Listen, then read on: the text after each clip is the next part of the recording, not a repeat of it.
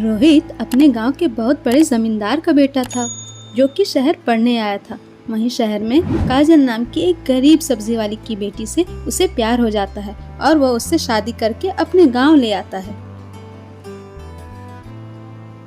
अरे ओ कामचोरो, जल्दी हाथ चलाओ। तुम लोग को पता है ना, हमार बिटवा शहर से पढ़ कर के आ रहा है।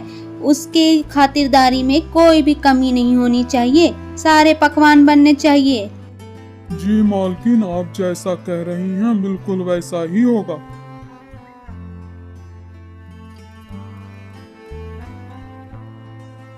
हाँ हाँ, चलो अच्छा है। आ जाए रोहित, तो हम उससे बात कर लेंगे प्रधान की बेटी के बारे में। ऐसे भी प्रधान कई दिनों से मुझे अपनी बेटी रिया के बारे में कह रहा है। ओ जी, आप क्या खुशखबरी सुना रहे हो? हम तो यही चाहते थे कि प्रधान की बेटी से हमारे रोहित की शादी हो जाए। वैसे भी प्रधान काफी अमीर है, खूब सारे दहेज देगा। हाँ हाँ भाग्यवान, इसीलिए तो हमने प्रधान की बेटी के लिए हामी भरी है। अब बस जल्दी से रोहित आ जाए और हम उससे भी बात कर लेंगे। तभी दरवाजे की बेल बजती है और रोहित की माँ अपने नौकरों से कहती है, अरे तुम लोगों को कितनी बार कहा है, सारे काम जल्दी निपटा कर मुझे आरती की थाली ला करके दो। अब देखो रोहित दरवाजे पर है। प्रणाम माँ, देखो मैंने तुम्हें चौंका दिया ना। इससे मिलो, ये है तुम्हारी बड़ी बहू काजल। शादी इतनी जल्दी हुई कि तुम्हें खबर ही नहीं कर पाया। सोचा घर आकर के तुम्हें सरप्राइज दे दूं। तुम तो बहुत खुश हो गई होगी ना। अरे बेटा, हम क्या खुश होंगे, इतना बड़ा फैसला लेने से पहले एक बार तो बता दिया होता। बता देते तो क्या हम तुम्हारा रिश्ता खत्म कर देते? इतने भी निर्दयी नहीं हैं हम, जो अपने बेटी की खुशी में खुश ना हो। अरे माँ, ऐसा क्यों कहती हो? मुझे लगा तुम मुझे ऐसे देखकर क्यों खुश हो जाओगी। बहुत कह रही थी शादी कर लो, शादी कर लो। अब जब शादी कर ली है तो तुम नाराज हो रही हो। अब चलो अंदर भी आने दो, बाहर ही रखोगी क्या? अरे ये अब क्या नाटक हो ही रहा है? हमसे भी ना पूछा शादी कर ली। तुमको पता है ना, ये अधिकार हमारा है कि तुम्हारी शादी कहाँ और किससे हो। मुझे माफ कर दीजिए पिताजी, मुझे नहीं पता था मेरी इस फैसले से आप लोगों को इतना बुरा लगेगा। लेकिन अब कर भी क्या सकते हैं। काजल बहुत अच्छी लड़की है, आप सबों का बहुत ख्याल रखेगी। अगली सुबह काजल तैयार होकर के पूजा करती है और अपनी सासू माँ से माफी मांगकर उससे कहती है, माँ जी, मुझे माफ कर दीजिए, लेकिन अब तो मैं इस घर की सदस्य हूँ ना। आप मुझे अपनी बहू नहीं, अपनी बेटी की तरह समझें। काहे की बेटी? अगर हमारी बेटी होती तो ऐसा ना करती हमारे साथ। हमार बिटवा को तो फंसा ली, अब हमें फंसाने की कोशिश मत करो। नहीं माँ जी, मेरा मकसद वो नहीं है। मैं तो बस आप लोगों को खुश देखना चाहती हूँ। आप जैसा कहेंगी मैं बिल्कुल वैसा ही करती जाऊंगी। वैसे भी ये तो मेरा ही घर है ना। हाँ, तो क्या तुम्हारे लिए हम नौकर रखेंगे? सारे काम तुम्हें खुद करने होंगे, और बाकी बात, आज से कोई नौकर घर में काम नहीं करेगा। काजल को इतना सुनकर के बहुत बुरा लगता है, पर वो कर भी क्या सकती थी। वो घर का सारा काम खुद अकेले करने लगती है। अरे ओ भाग्यवान, हमको तो कुछ समझ ही नहीं आ रहा है कि प्रधान को क्या जवाब दे। इतना अच्छा रिश्ता था, हाथ से चला जाएगा। अगर प्रधान की बेटी होती तो खूब सारा दहेज लाती घर में। ओ जी, आप चिंता क्यों कर रहे हो? मेरे पास एक उपाय है। क्यों ना हम अपने छोटे बेटे की शादी रिया से कर दें, प्रधान भी खुश हो जाएंगे। इसी प्रकार रिया की शादी नीरज से हो जाती है। रिया काफी नखरीली लड़की थी, वो किसी की भी इज्जत नहीं करती थी। ओ हमारी मदर इन लॉ, सुन रही हो? हमार ग्रीन टी कहाँ है? हमको रोज सुबह ग्रीन टी पीने की आदत है। तुमको जो चाहिए बेटा, सब कुछ तुमको मिलेगा। तुम बस सारी बातें काजल को बोल देना, वो सारे काम कर देगी तुम्हारे। वो सब हमको नहीं पता। तुम्हारा फर्ज है कि तुम हमारी सेवा करो। हमको चाहिए क्या नहीं चाहिए सब तुमको सुनना होगा। घर के नौकरों से बात नहीं करते हैं हम, समझ आया? रिया की आवाज सुन करके काजल उसके कमरे में आती है। देखो रिया, मैं इस घर की बड़ी बहू हूँ, नौकर नहीं।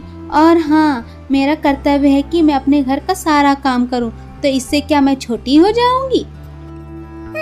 जो भी हो, तुमको तो मुफ्त में लाया गया है, इसलिए नौकर बनी हो। लेकिन हमारे पापा ने दहेज में लाखों गिने हैं, तो हम हुए ना इस घर की मालकिन। अरे ओ काजल, अब यहाँ खड़ी खड़ी हमारा मुंह मत ताको। जाओ, घर के सारे काम पड़े हैं, जल्दी निपटा करके हमार बहू रिया के लिए ग्रीन टी बनाओ।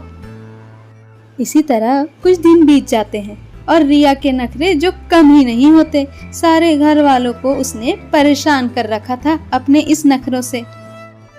अरे बेटा रिया, शादी का इतना दिन हो गया है, तुम्हारा पहला रसोई भी नहीं हुआ है। कुछ मीठा बनाकर ये रस्म पूरा कर देती तो अच्छा ही होता।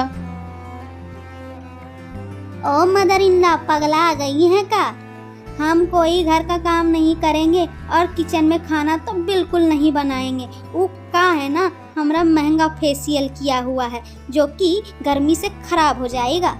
अच्छा, कोई बात नहीं बेटा, मीठा काजल बना देगी। बस तुम एक बार खाना परोस देना, फिर तुमको कुछ काम नहीं दिया जाएगा, सारा काम वो काजल कर लेगी। इसी तरह दिन बीतते गए। काजल का घर का सारा काम करना पड़ता था, फिर भी उससे कोई भी अच्छा व्यवहार नहीं करता था। दूसरी ओर रिया की सेवा में सभी लगे रहते थे और उसकी सारी फरमाइश को पूरा करते थे। काफी दिनों बाद रोहित अपने घर वापस आ रहा था। उसे बिल्कुल खबर नहीं थी कि उसकी पत्नी काजल के साथ उसके माता पिता कैसा व्यवहार कर रहे थे। जब वो घर वापस आता है, काजल उसे अपनी सारी आपबीती सुनाती है, जिसे सुनकर रोहित को बहुत गुस्सा भी आता है, लेकिन वो कर भी क्या सकता था। वो जा करके अपनी माँ से कहने लगता है, हाँ, तुम्हारे लिए तो मैं और नीरज एक समान है, फिर हमारी पत्नी के साथ इतना भेदभाव क्यों कर रही हो? क्या रिया बड़े घर से है इसलिए उसे ज्यादा प्यार करती हो? लेकिन काजल और रिया तुम्हारे लिए बराबर हैं। वो इसलिए बेटा क्योंकि तुमने एक गरीब घर की बेटी से शादी की है, जिसके पिता ने एक फूटी कौड़ी भी नहीं दी। लेकिन रिया के पिता ने अपनी बेटी को इतना सारा सामान और पैसे दिए हैं कि तुम सोच भी नहीं सकते। कैसी बातें कर रही हो माँ? दहेज से तुम अपनी बहू को तोड़ रही हो? हमारे पास क्या धन की कमी है जो कि तुम दूसरों की धन के बारे में बात कर रही हो? देखो बिटुआ, यहाँ तो ऐसा ही होगा। अगर तुमको ये सब ठीक नहीं लगता है तो तुम अपनी पत्नी को ले जा सकते हो, हमने कब रोका है तुमको। रोहित बिल्कुल वैसा ही करता है। काजल को अपने साथ शहर ले जाता है, जहाँ वो दोनों खुशी खुशी रहने लगते। ओ मदर इन लॉ, सुन रही हो? हमें भूख लगी है, जल्दी से हमारा खाना हमारे कमरे में लाओ। अभी तक काम वाली आई नहीं है, उसे आने दो, तब तक तुम कुछ फल खा लो। इस बुढ़ापे में हमसे काम नहीं किया जाता। अरे ई का, तुम तो जबान लड़ाने लगी हो हमसे। तुमको पता है ना, हमें किसी नौकर के हाथ का खाना पसंद नहीं है। हमारा खाना तो तुम बनाओगी और कोई नहीं। समझ आया मेरी बात? इसी प्रकार रिया अपने सारे काम अपने सास से करवाती थी। ऐसा करते करते एक दिन रोहित की माँ उससे परेशान होकर के रिया को कह ही देती है,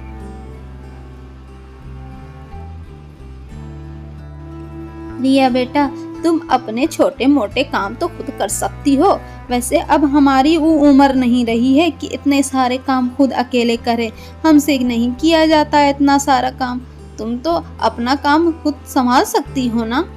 ये क्या बोल रही हैं? हम काम करेंगे? हमारे पापा ने जो तुम्हें पैसे दिए हैं मुफ्त के लिए थोड़ी ना दिए हैं, हमें यहाँ महारानी की तरह रखने के लिए दिए। क्या समझी?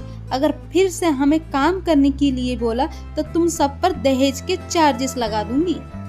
इतना सुनते ही रोहित की माँ गुस्से से वहाँ से चली जाती है। देखिए ना जी, हमने काजल के साथ इतना बुरा व्यवहार किया, लेकिन कभी भी उसने शिकायत नहीं की। वहीं दूसरी ओर रिया को हर फरमाइश पूरा करते हैं, लेकिन फिर भी वो हमसे नौकरों जैसा बर्ताव करती है।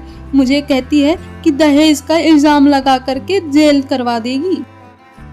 क्या करे भाग्यवान, ये सब तो हमारे ही कुकर्मों का फल है।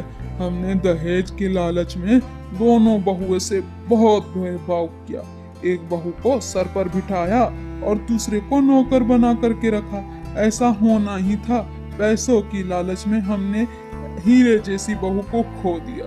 इसीलिए कहते हैं पैसों से किसी इंसान की तुलना नहीं की जानी चाहिए।